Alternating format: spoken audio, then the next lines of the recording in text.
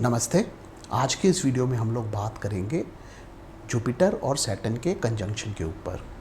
यानी कि किसी भी कुंडली में जब गुरु और शनि एक ही घर में बैठे हों तो वो क्या रिजल्ट्स देते हैं। देखिए, जो गुरु और शनि हैं ये आपस में न्यूट्रल प्लैनेट्स हैं, तो जब भी किसी चार्ट में एक साथ बैठेंगे तो वो क्लैश इस केस में नहीं आएगा, बिकॉज दोनों एक दूसरे से न्यूट्रल हैं। खुश भी नहीं है तो एक दूसरे के साथ बैठ के दुखी भी नहीं है। अगर मैं क्लासिक्स की बात करूं तो क्लासिक्स में ये कॉम्बिनेशन को प्रेज़ किया गया है। ऐसा कहा जाता है कि जिनकी भी कुंडली में गुरु और शनि एक साथ बैठे हों वो लोग धनी होते हैं, पावरफुल होते हैं और लाइफ में काफ़ी उनको ग्रोथ मिलती है। एक बुक में तो यहाँ तक ये भी दिया गया है कि गुरु और शनि की युक्ति किसी भी कुंडली में होगी तो ऐसे लोग जो हैं वो किसी गांव के या शहर के मुखिया बनेंगे। अब अगर हम बराक ओबामा की कुंडली देखें तो वहाँ पे भी आपको जुपिटर और सैटर्न का कॉम्बिनेशन मिल जाएगा और वो आप लोग जैसे जानते ही हैं कि यूएस के प्रेसिडेंट थे। तो इस तरह की प्रॉपर्टी इस कॉम्बिनेशन में है।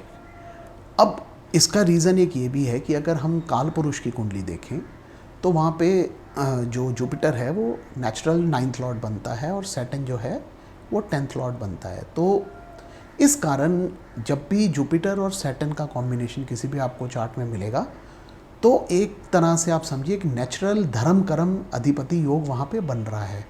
और जो धर्म कर्म अधिपति राजयोग है ये राजयोग ऑफ द हाईएस्ट ऑर्डर है। मतलब किसी भी चार्ट में अगर 9th और 10th लॉर्ड का कॉम्बिनेशन एक साथ बनता है तो हम उसको काफ़ी उत्तम राजयोग मानते हैं और ऐसा कहते हैं कि काफ़ी अच्छे रिजल्ट देगा। तो यहाँ पे वो प्रॉपर्टी आपको ऑटोमेटिकली मिल जाती है जब भी जुपिटर और सैटर्न एक साथ बैठे हों।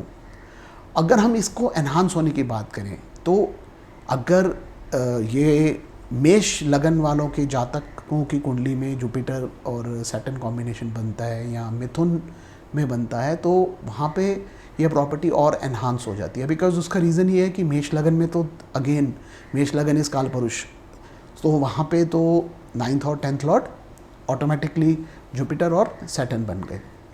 सिमिलरली अगर हम मिथुन लगन देखेंगे तो वहाँ पे 10th लॉर्ड जो है वो मीन साइन होता है, यानी कि जुपिटर का साइन है, और जो 9th हाउस है वो कुंभ है, वो भी अगेन सैटर्न ओन करता है। तो यहाँ पे अगेन 9th और 10th लॉर्ड जो है नेचुरली जुपिटर और सैटर्न बन रहे हैं। तो again this is a good combination और वहाँ पे आपको ये काफ़ी अच्छे रिजल्ट देगा ये वाला कॉम्बिनेशन। अब अगर हम दोनों प्लैनेट्स की प्रॉपर्टीज़ की बात करें तो देखिए, जो जुपिटर है उसकी टेंडेंसी है जहाँ पे भी वो बैठेगा उस घर को ब्लेस करेगा और जहाँ पे भी दृष्टि देगा उसको भी ब्लेस करेगा और रिजल्ट्स को मैग्नीफाई करता है, एनहांस करता है। सैटर्न की जो प्रॉपर्टी है वो डिले की है, यानी वो रिजल्ट्स को डिले करना चाहता है। जहाँ पे भी बैठेगा उस घर के रिजल्ट्स आपको डिलेड मिलेंगे, जहाँ पे एक्सपेक्ट करेगा वहाँ पे भी आपको रिजल्ट्स जो हैं डिलेड आएंगे। तो जब ये दोनों प्लैनेट्स एक साथ बैठ जाते हैं तो एक चीज़ जो मैंने ऑब्ज़र्व की है वो ये कि सैटर्न जो है वो इस सिचुएशन को कंट्रोल करने की कोशिश करता है। यहाँ पे वो चाहेगा कि जो रिज़ल्ट्स हैं वो उसके हिसाब से चलें और उसके हिसाब से सब कुछ चले। तो उससे होगा ये कि जो जुपिटर की प्रॉपर्टीज़ हैं, जो जुपिटर के कारक तत्व हैं, उसमें यहाँ पे आपको डिले मिलेगा। जैसे फॉर एग्जांपल जुपिटर जो है वो हायर एजुकेशन को रिप्रेजेंट करता है और गुरु को रिप्रेजेंट करता है। तो ऐसे लोगों को करेक्ट टीचर मिलना या किस हायर एजुकेशन की लाइन में जाएं वो मिलने में इनको थोड़ी सी दिक्कत होती है। थोड़ा सा वहाँ पे उस केस में इनको डिले मिलता है। सिमिलरली जुपिटर जो है वो बच्चों का भी कारक है, तो वहाँ पे भी एक तरह से आप समझिए कि डिले फैक्टर आ सकता है। तो ये हमारे को थोड़ी सी चीज़ इस कॉम्बिनेशन के बारे में हमेशा ध्यान रखना चाहिए कि ये एक तरह से एक डिले फैक्टर लेके आ सकता है।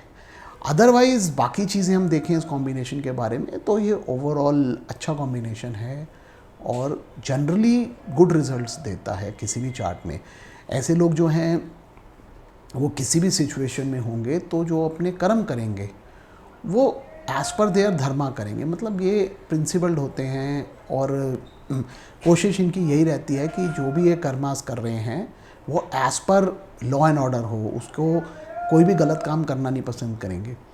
एक और चीज़ मैंने जो ऑब्ज़र्व किया वो ये कि जनरली अगर ये किसी भी तरह की गलत संगति में चले जाएं या कोई इनको बैड हैबिट पड़ जाए तो ये बहुत जल्दी उस सिचुएशन को समझ जाते हैं और रियलाइज़ कर लेते हैं कि ये चीज़ गलत है मेरे लिए, और उससे बाहर निकलने की कोशिश करते हैं और निकल भी जाते हैं। तो ये एक काफ़ी अच्छी प्रॉपर्टी है इन लोगों के अंदर। तो ये मेरे कुछ थॉट्स जुपिटर और सैटर्न कॉम्बिनेशन के ऊपर। धन्यवाद।